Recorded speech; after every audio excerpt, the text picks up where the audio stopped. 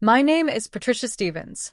For 11 years, I worked the night shift at Clearwater Psychiatric Hospital. Night shifts change you.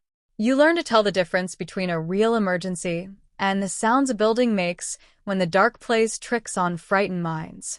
But some sounds were never tricks.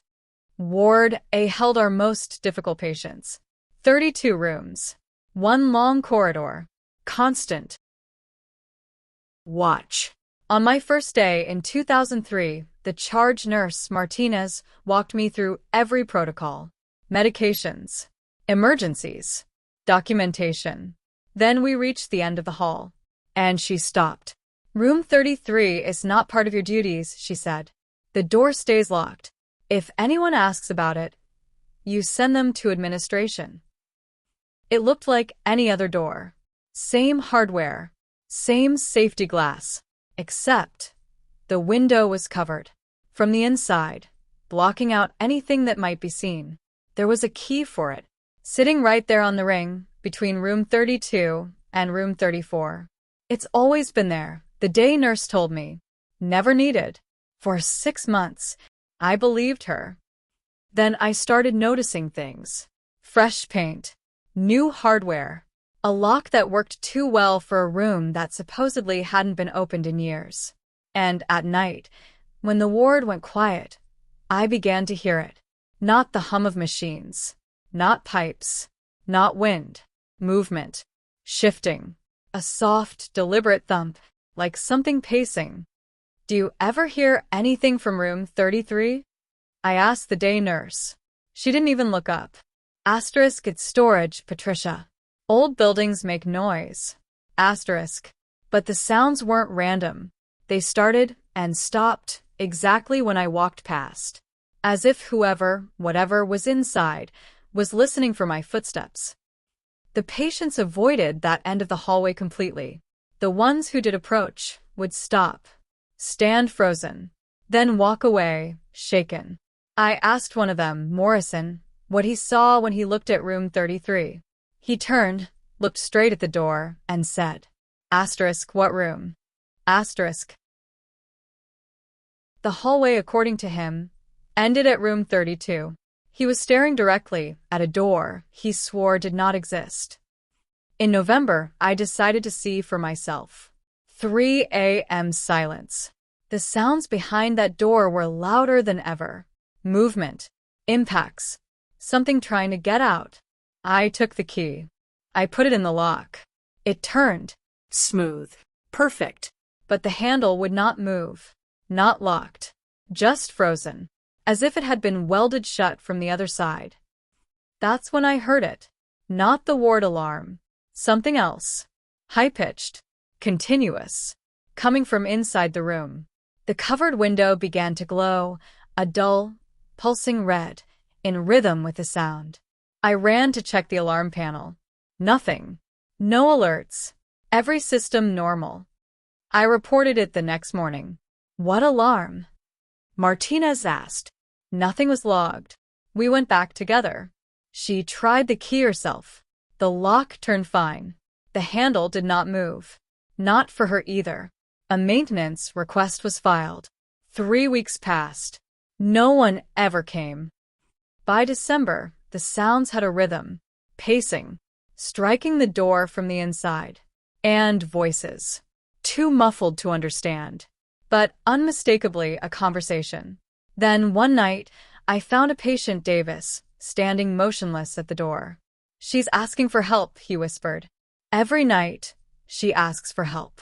Asterisk, who? Asterisk, I asked. Asterisk, the nurse behind the door. She's been there so long. Asterisk. I didn't believe him. Until I brought a stethoscope and pressed it to the door myself. And through the metal, I heard a woman's voice. Faint. Clear. Repeating one single word. Please, please, please. I dropped the stethoscope and stepped back. The voice stopped instantly, and the silence that followed felt far worse than anything I had heard before. In January, I arrived to find 2 maintenance workers at the door, dismantling it under Martinez's supervision. Finally fixing it? I asked. Martinez looked confused. Asterisk, fixing what? There's no work order for room 33. Asterisk. I watched them remove the handle completely. No way in. No way out. Just a smooth metal surface, and a keyhole that led nowhere. Security modification, one worker said. Converting it to permanent storage. But nothing was ever moved in. Nothing was ever moved out. After that, the sound stopped completely. No movement. No voices. No pleading. Just silence. And somehow, that silence was worse than anything that came before it. I transferred to day shift that February. I told them it was a scheduling conflict. It wasn't. Sometimes on a quiet afternoon, I still find myself looking down that corridor. Room 33 is still there. Doors still locked. Windows still covered from the inside. And sometimes, just for a moment, I think I see a patient standing there, listening to only they can hear. Some doors aren't locked to keep people out. They're locked to keep something in. And some storage rooms require more security than any hospital will ever admit to. I am Dr. Margaret Chin, attending psychiatrist at Valley State Mental Health Facility. 12 years of practice. Over 800 patients. I thought I had seen every disorder the human mind could produce. I was wrong. September 15th, 2019. A man named David Kellerman was brought in by police after a public disturbance. He was shouting that someone was living his life, that someone had taken his job, his apartment, his family, and he wanted them arrested. Doctor, you have to understand, he told me. Asterisk, I went to work Tuesday morning. Everything normal. Asterisk. But when I came home, there was another me, sitting at my kitchen table. Same face. Same voice. Wearing my clothes. Asterisk. Asterisk, he told me. I was the fake one. Asterisk. A textbook case, I thought. A rare and severe delusion. I had no idea how wrong I was. October 3rd, 18 days into his treatment. An emergency call from admissions. Police were bringing in another man. Same claim. Someone had stolen his identity and was being treated at our facility under his name. His name W. As David Kellerman. Age 34. Same physical description as the patient already in our care. I assumed it was a coincidence, a delusion spreading to someone close to him. But when I pulled the intake paperwork, same identification, same social security number, same driver's license, same emergency contacts. According to his story, he had been missing for 18 days, replaced by an imposter who is now sitting in one of our treatment rooms. The man you're treating stole my identity, he told me. Asterisk, I'm me. Asterisk. I ordered everything. Fingerprints, dental records, DNA. If one of them was lying, science would prove it. Asterisk, both men had identical fingerprints. Both matched the same dental records. Both carried the exact same scars, the same appendectomy mark, the same childhood break in the nose, the same birthmark on the left shoulder. And the DNA was not similar. It was identical, as if the same man had been tested twice. This has to be a lab error, I told my chief of staff. Asterisk, have you considered they're identical twins? Asterisk, he asked. Asterisk, separated at birth? Asterisk, I checked. Birth records. Family history. Every document available. There was no twin. No gap in his story. No explanation for how two identical men could exist in the same hospital at the same time. We separated them, called them Kellerman A and Kellerman B, though both men rejected the label. What followed was the part one still cannot explain. When one man improved, the other improved in the exact same way, on the exact same day. When one had a setback, the other collapsed with identical symptoms. Whisper, their minds were moving together, like a single person, split across two bodies. November 2nd. I made a decision I still question. I arranged a controlled meeting between them. Face to FA. C. I believed reality would resolve what medicine could not. They entered from opposite doors, and the moment they saw each other, both men began screaming, at the exact same instant, in identical voices. "That's me," they said together. Same words, same inflection. Then both collapsed.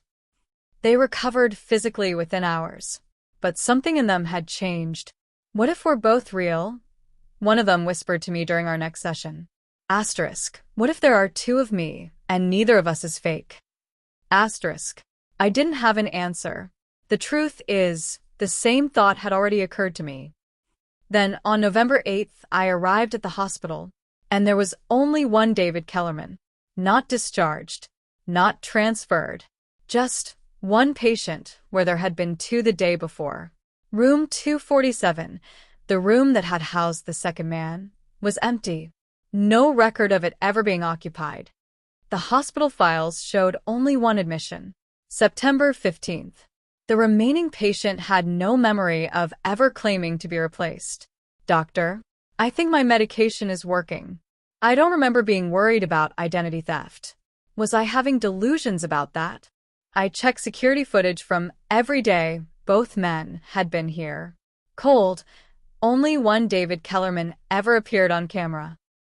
But my personal notes still describe two men, two sets of fingerprints, two identical strands of DNA, a meeting that ended in simultaneous screams, a record of something that, according to every official document in this hospital, never happened. David Kellerman was discharged 3 weeks later, fully recovered, ready to return to his life.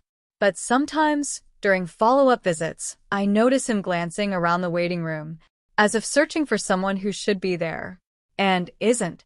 Some patients recover from their delusions by folding an impossible truth into a reality that can only hold one version of the story. And some treatment outcomes can only be documented in notes that no official record will ever admit exist. My name is James Rodriguez. For 7 years, I worked nights as an orderly at Riverside Psychiatric Institute. Quiet, my job was simple. Patient monitoring, security, keeping the halls quiet enough for people to heal. I never expected the building itself to start making decisions. The ventilation system was old, built in the 70s. Metal ducts running through every ceiling in the building. Old systems make noise, air movement, metal expanding and contracting. For my first year, I barely noticed it. Then, in March 2018, the sounds changed. Coming from the ceiling ducts, muffled, indistinct, but unmistakably human. They moved through the ductwork as I walked the halls, growing louder in one spot, fading in another, like people speaking through a wall that shifted with every step. Sound carries through old ducts, my supervisor told me. I believed him, for a while. Over the following weeks, the voices stopped being background noise. I began to make out words, medical terms, patient names, treatment plans, medication adjustment for room 23. I heard clearly one night, above the nurse's station. Room 23 belonged to Mrs. Patterson. The next morning, her chart showed a new order, the exact increase I'd heard discussed the night before. It happened again. And again. April. A voice in the vents. Asterisk, room 17 requires psychiatric evaluation. History of self-harm. Monitor closely. Asterisk. Mr. Chun, the patient in room 17, had shown no such symptoms. The next day, his chart was updated. Word for word, what I had heard. Every time, the voices came first. The paperwork followed. By May, something worse began. Patients started talking back. I found Mr. Williams standing beneath a vent at 2 a.m., speaking as if someone were answering him. "Yes, doctor," he said. Asterisk, I understand the new medication schedule. Twice daily, with meals. Asterisk, the vent, to me, was silent. Asterisk, who are you talking to? Asterisk, I asked. The doctor, he said. He's explaining my treatment through the speaker system. There was no speaker system. The next morning, his chart matched, word for word, the conversation I couldn't hear. Other patients began the same behavior, standing under vents, listening, responding. The voice knows everything about me, Mrs. Garcia told me. My history, my symptoms, my family, better than any doctor I've spoken to. When I listened at those same vents myself, I heard nothing but ordinary airflow. But the information the patients received was never wrong. In June, I decided to see for myself. 3 a.m. A flashlight, an audio recorder. I climbed into the ceiling space through a maintenance panel. Metal ducts, insulation, support beams. Nothing unusual. And then the voices. Clear. Close. All around me. Patient in room 31 requires dietary modification, one voice said. Reduce sodium. Monitor fluid intake. Assess kidney function. I was completely alone. I chased the voices through the ductwork. They always stayed just out of reach, shifting, moving, never quite where my flashlight pointed. When I played back my recording the next morning, nothing. Just the sound of my own movement. No voices. No conversation. No evidence any of it had happened.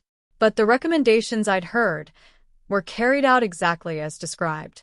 Room 31. Room 17. Room 8. Every single one. I brought in the chief engineer. He inspected everything. Standard HVAC. Properly sealed. No hidden wiring. No explanation. Could voices from another part of the building carry through the ducts? I asked. Not with this clarity, he said. Asterisk, not with this detail. Asterisk. He sealed several vents anyway. Heavy covers. Industrial adhesive. Permanently closed. It made no difference. The patients kept hearing the voices, even where the ducts no longer connected to anything at all. By July, it had become routine. Every night, new consultations, new instructions, always confirmed the next day, in the official records. Then on July 23rd, I heard my own name. Orderly Rodriguez requires rest rotation, the voice said at 4 a.m. during my rounds. Asterisk, excessive overtime stress indicators. Recommend schedule modification. Asterisk. The following week, my supervisor changed my schedule. No one had asked me about it. No one had discussed it with me at all. I transferred to day shift in August. I told them it was for family reasons. It wasn't. Even now, during the day, I sometimes hear faint voices in the ceiling, discussing treatment plans, making recommendations that, days later, appear in the official records, exactly as spoken. Some buildings, I've learned, develop their own way of caring for the people inside them. And some of the doctors making the decisions have never once appeared on any staff list because they only exist in the space between what's written down and what actually happens. I am Karen Walsh, charge nurse, evening shift, Pinewood Mental Health Center. 14 years supervising the handover between day and night staff. Shift reports are sacred in psychiatric nursing. Every detail, every medication, every change in behavior, written down so the next nurse knows exactly what she's walking into. I never once missed a report until October 14th, 2020. That evening was routine. 23 patients on the ward. I documented everything, same as always. At 11 p.m., I gave my verbal handover to the night nurse, Jennifer Thompson. Room 12 needs frequent checks. Mr. Patterson showed increased agitation. Dr. Martinez wants hourly observations. Asterisk, room 18 refused evening medication. Mrs. Chin says the pills make her dizzy. Asterisk. Asterisk, room 23. Family visit today. Daughter reports the patient seems more confused. Asterisk. Thompson took notes. Asked questions. Understood every detail. Then she went to find my written notes. They weren't there. Karen, where did you put the handover notes? She asked. I'd left them exactly where I always did. Clipboard, nurse's station, clearly dated. Empty. Just blank forms. We searched everywhere. The nurse's station. The med room. Every chart area. Nothing. Thompson began her rounds anyway, working from memory. That's when she found something far worse than missing paperwork. Room 12, empty. Beds stripped. No trace of Mr. Patterson. Room 18, no sign of Mrs. Chun. No belongings. No family photos. Room 23, vacant. No trace of the patient whose daughter had visited that very afternoon. According to every official record, those rooms had been empty for weeks. Karen, Thompson said, calling me at home, you just gave me a report on 3 patients who don't exist. I was certain. I had cared for them, Documented them. Reported them. but when I returned the next morning, there was no evidence any of them had ever been there. Those rooms have been empty since our last discharge wave, my supervisor told me. You must be thinking of different patients. My own record showed nothing. No mention of Patterson, of Chun, of anyone in room 23. I began to doubt myself. Stress. Confusion. Maybe I was losing my grip. But Jennifer Thompson remembered too. Every detail. Word for word. You gave me specific information, she insisted. Asterisk, I took notes. But when I checked those rooms, they were empty. Asterisk. 2 nurses. The same memory. The same 3 patients. And not one shred of proof that any of them had ever existed. 5 days later, October 19th, I found something that made my hands shake. My original shift report. Exactly where I'd left it. Same date. Same handwriting. But now, there were 3 new entries. Written in ink that wasn't mine. Room 12. Patterson, Robert. Discharged to family care. 11:30 p.m. Asterisk room 18. Chun, Margaret. Transferred to medical unit. 11:45 p.m. Asterisk. Asterisk room 23. Thompson, Dorothy. Expired. 12:03 a.m. Asterisk. None of it matched what we remembered. Patterson hadn't been discharged. He needed more monitoring, not less. Chun hadn't been transferred. She'd needed a medication review. I had no memory of any patient named Dorothy Thompson, let alone one who had died that night. At the bottom of the page, a signature. But Jennifer Thompson's first name wasn't Linda, was Jennifer. And she swore she had never seen this report until the moment I found it, 5 days after it vanished. I searched the staffing archives for any nurse with the surname Thompson and the initial. I found her, Linda Thompson, registered nurse, night shift supervisor from 1987 to 1989. She died in a car accident in 1990, over 30 years before her handwriting appeared on my October report. The added entries stayed visible for 3 more days. Then slowly they faded, until the report showed only what I had originally written. I kept photocopies, proof that something had been there and had chosen on its own to disappear again. Since that night, I keep duplicates of every report. I store them somewhere safe. Asterisk, but sometimes I still find new entries. Patient outcomes I never wrote.